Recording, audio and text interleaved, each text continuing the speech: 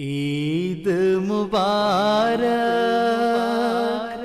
Eid Mubarak, Mubarak, Mubarak, Eid Mubarak, Eid Mubarak, Eid Mubarak, Eid Mubarak, Eid Mubarak, Eid Mubarak, Eid Mubarak, Eid Mubarak. أشهد أن لا إله إلا الله وحده لا شريك له وأشهد أن سيدنا محمدا عبده ورسوله أما بعد فأعوذ بالله من الشيطان الرجيم بسم الله الرحمن الرحيم. Dear listeners, on this auspicious day of the Eid-ul-Fitr of the 1445 year of Hijrah and 2024 of the Common Era, I render all praise and glorification to Allah, the Almighty, and beseech Him for showering His eternal peace and blessings upon the Holy Prophet Muhammad sallallahu alaihi wasallam. On behalf of the Ahmadiyya Muslim Jama'at Nigeria, I extend our profound felicitation to every Muslim in Nigeria as we join the rest of the faithful across the world to mark this year's festival of sacrifice, commemorating the great sacrifice made by our patriarch, Prophet Ibrahim, alayhi salatu wasalam, his wife, Asrat Hajar, Radiallahu anha, and his illustrious son, alayhi salatu wasalam, Prophet Ismail. This incident is captured in the Holy Quran in the following words in chapter 37, verse 102 to 111.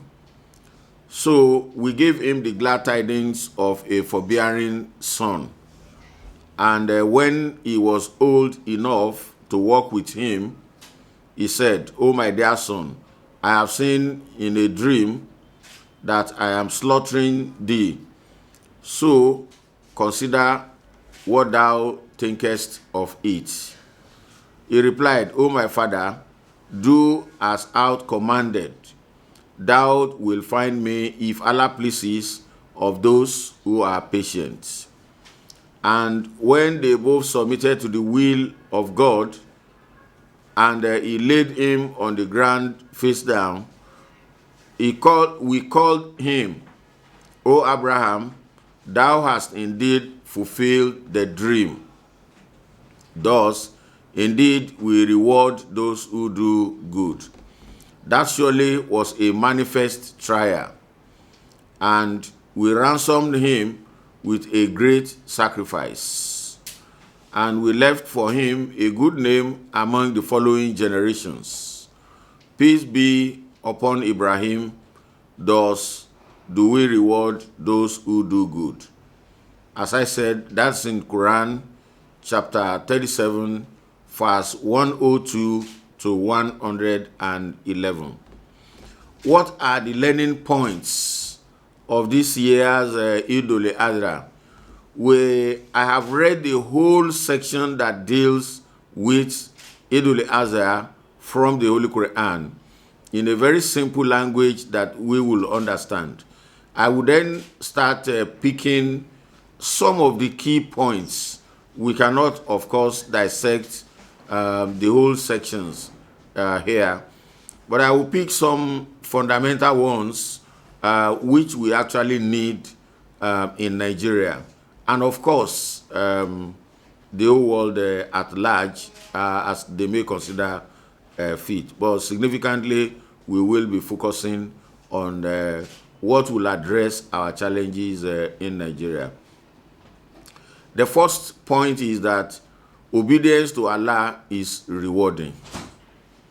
We can see that Almighty Allah left good name for Asrat Ibrahim.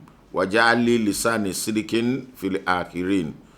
Almighty Allah left good name for Asrat Ibrahim even up to this generation.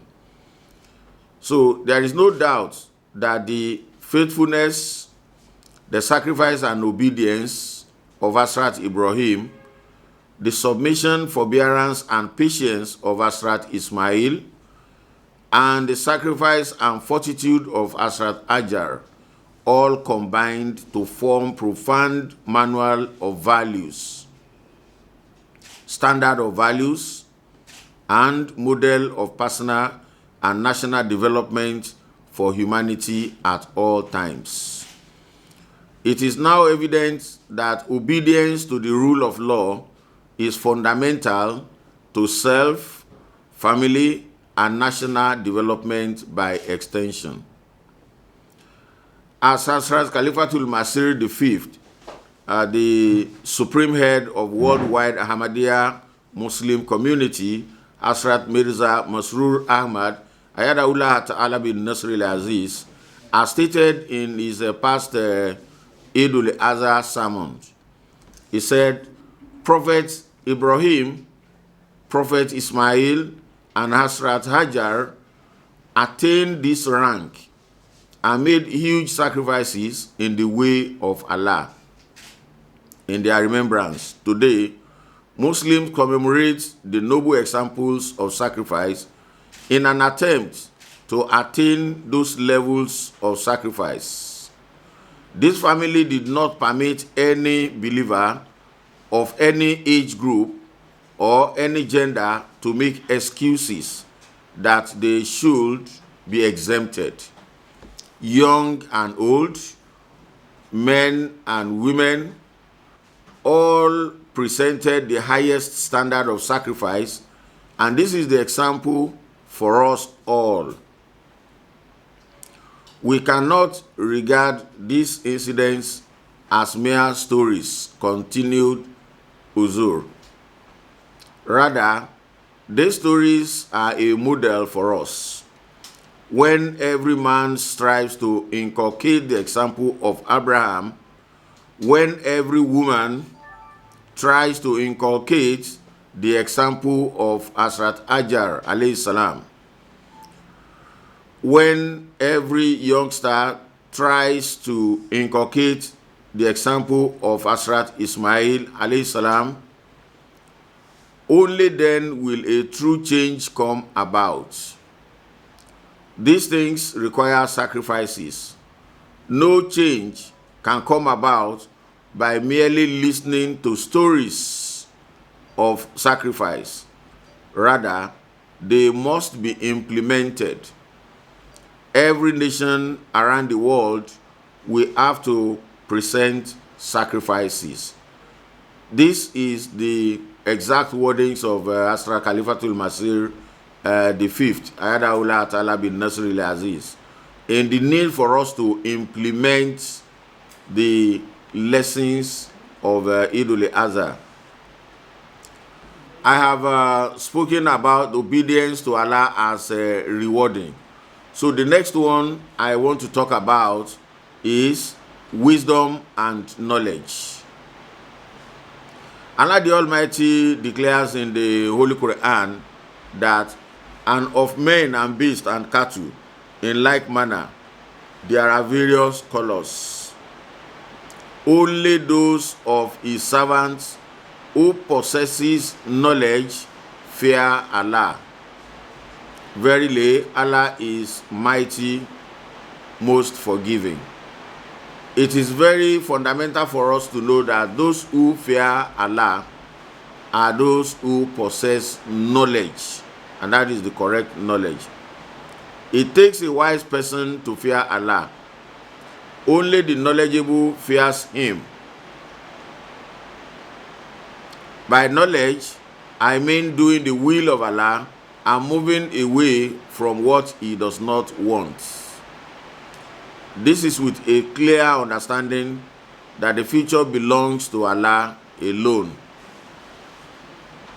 Hazrat Ibrahim, Hazrat Hajar, and Hazrat Ismail are all men and women of wisdom and knowledge.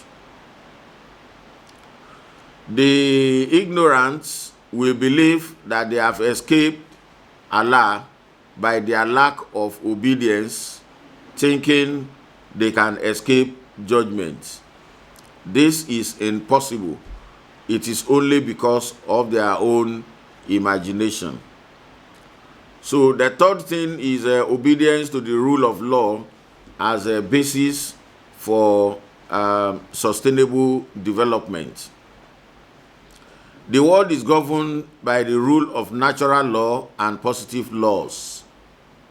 Where laws are obeyed by the individuals, families, and nation, there will abound justice, freedom, peace, progress, and prosperity.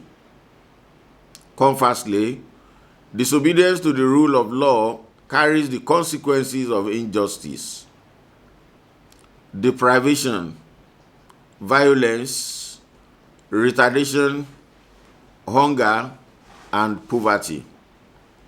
Hazrat Ibrahim, his family, and Hijaz as a nation has demonstrated that obedience to the rule of law is a panacea to good governance, and disobedience, on the other hand, carries grave penalties. In this context, the Holy Quran declares, O ye who believe, obey Allah and obey his messenger and those who are in authorities among you. Ya ayyuhalladhina amanu ati'ullaha wa ati'ur rasul wa ulul amri minkum. This is contained in Surah An-Nisa, chapter 4 of the Holy Quran, verse 60. On this account, Hazrat Khalifatul Masih V, Ayadahullah Ta'ala bin Nasr al-Aziz, also stated that a true Muslim can never raise his voice in hatred against his fellow citizens, nor, for that matter, against the ruling authority or government of the time. It is the responsibility of a true Muslim that he should remain loyal and fully abide by the laws of the land of which he is a subject. This sermon was delivered at the Baitul Futu inauguration reception on the 11th of October 2003. The fourth item here is dignity, shamefulness, and fulfillment of pledge. I have put all these three together because in reality, one is sitting on the other. Hazrat Ibrahim, alayhi salatu wasalam, demonstrated the highest level of dignity or self-respect, shamefulness, and fulfillment of pledge. What he saw in a dream, he actually fulfilled the pledge to Almighty Allah. Human beings are not just living ordinarily. We are living by the grace of Allah and the directive of Allah. And if we fulfill the pledge, then it means we are men of honor, men of dignity, and we have shame.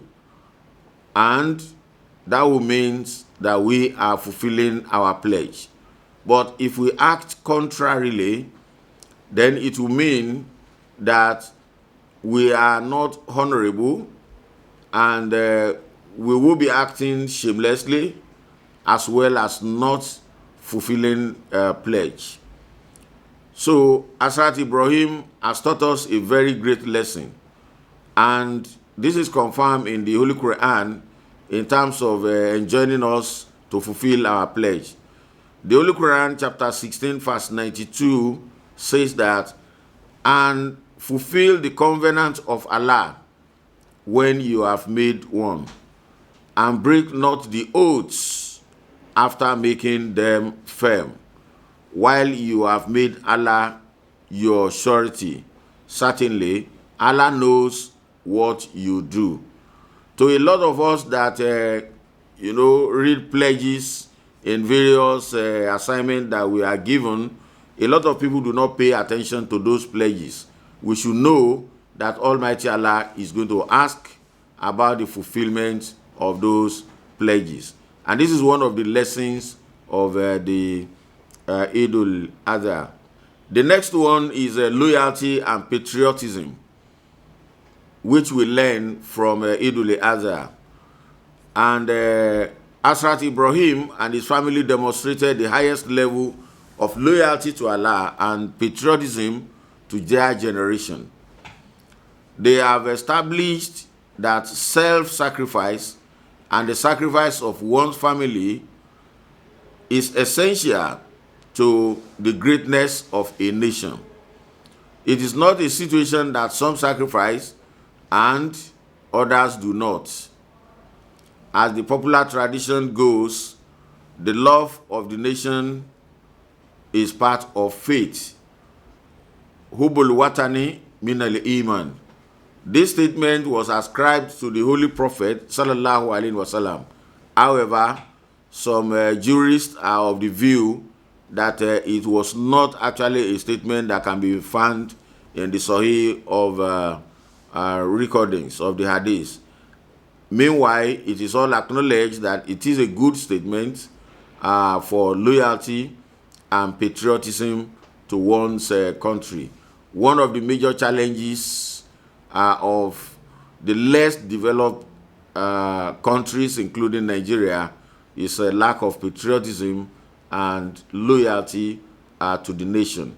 We need to look into this from the Eid-ul-Adha lesson taught us by Hazrat Ibrahim. We must be loyal and we must be patriotic to our country by all means. The next one is truthfulness, sincerity, and honesty.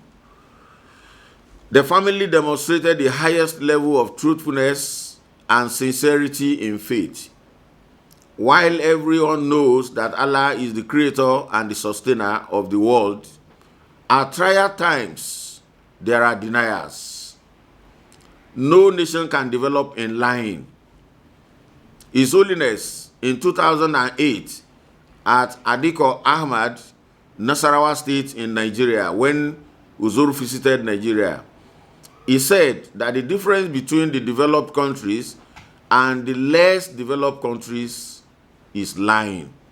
He said, and I quote, "Never abandon justice. Once you are established in justice, fair play, truthfulness, and honesty, you will be instrumental more than ever in taking your country to the realm of the advanced nations of the world."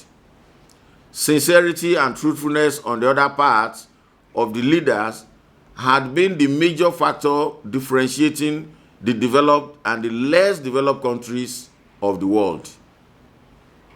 The Almighty has been very gracious to Nigeria and has enriched it with many natural resources.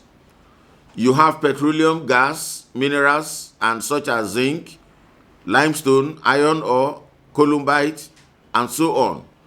God has blessed you with agriculture as well. Many crops grow here and much more than cultivated. The only thing that we need to focus on is truthfulness, sincerity, and honesty in the disposition of our affairs. The next one we learn from Eid-ul-Adha from Hazrat Ibrahim and his small family in terms of governance and administration is good governance, transparency, and accountability as a common value to the family, which should also be a common value to the nation. Hazrat Ibrahim and his family demonstrated good governance in the essence that both the leader and the led were absolutely committed to the principles of obedience to the rule of law, loyalty and patriotism, truthfulness, sincerity, and common good. This is a very great lesson for us that in a very small family, father, mother, and children must be committed to the rule of law, and by extension, the whole nation and country. A leader without good leads, or good leads with bad leader, will lead to unintended destination in their career paths. Hazrat Ismail alayhi salatu wasalam said, "O my father, do as thou art commanded. Thou wilt find me, if Allah pleases, of those who are patient."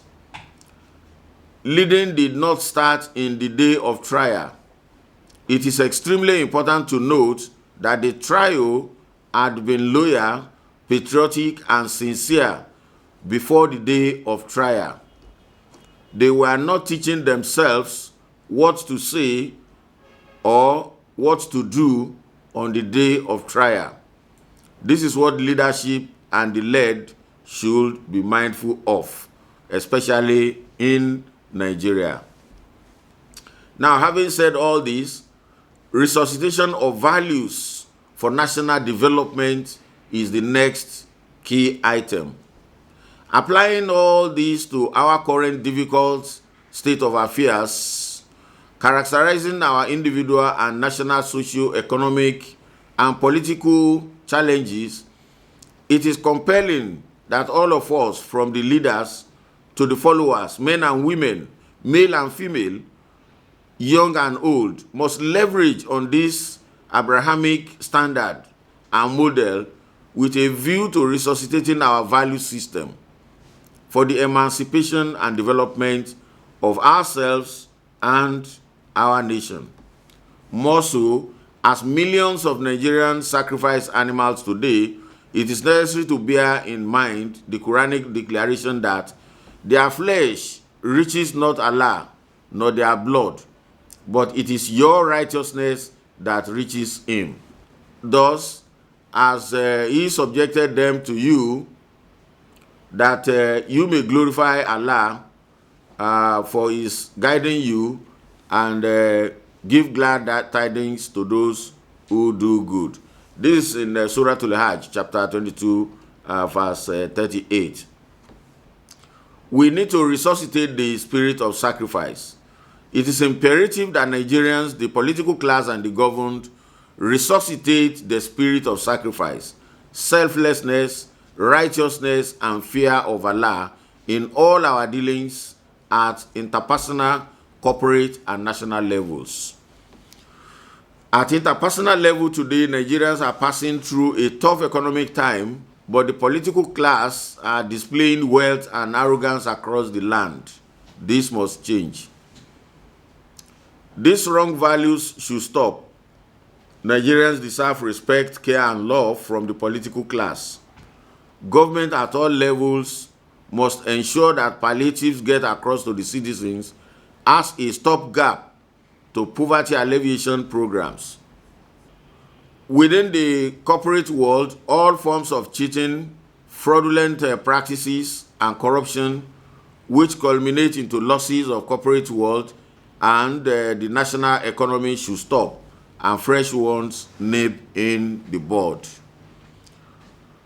In the national, state, local governments,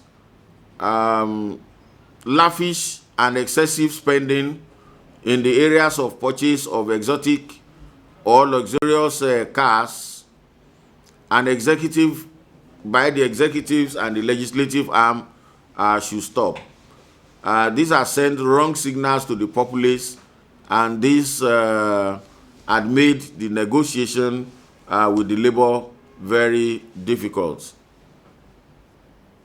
Asra Khalifatul Masir further elaborated in his Eid sermon that Allah explained that taqwa is the actual essence of this sacrifice.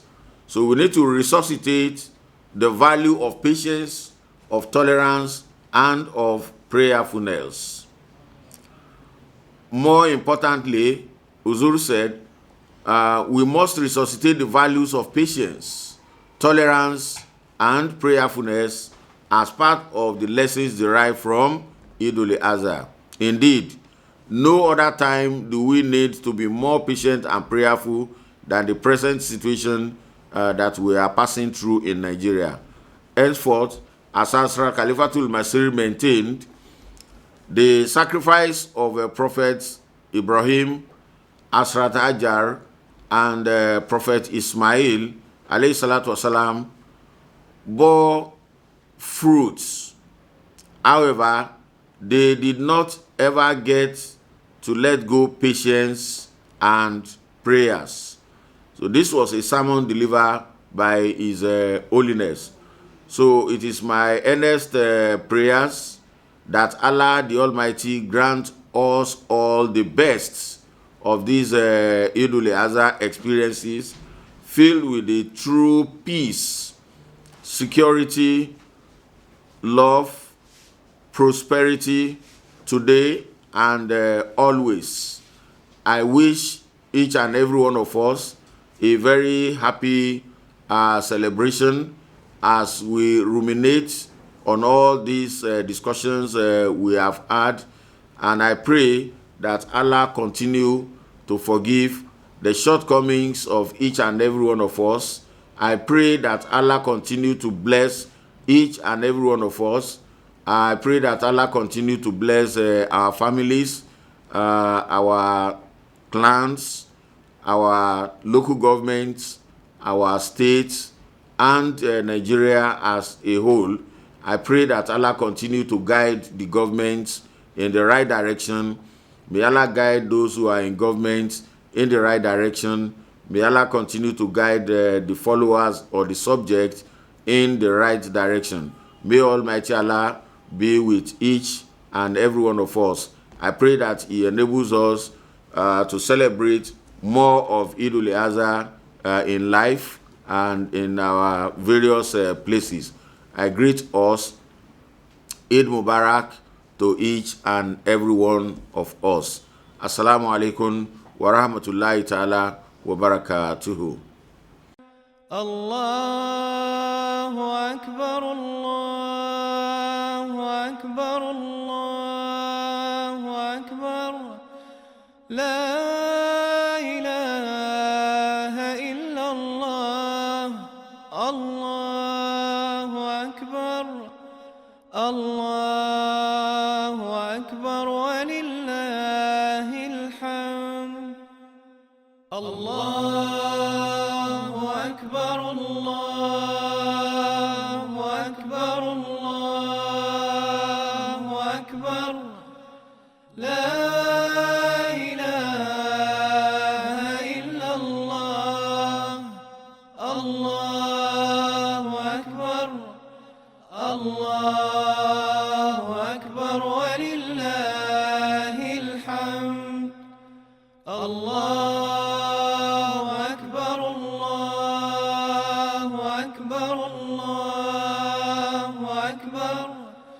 La ilaha illallah. Allahu Akbar, Allah.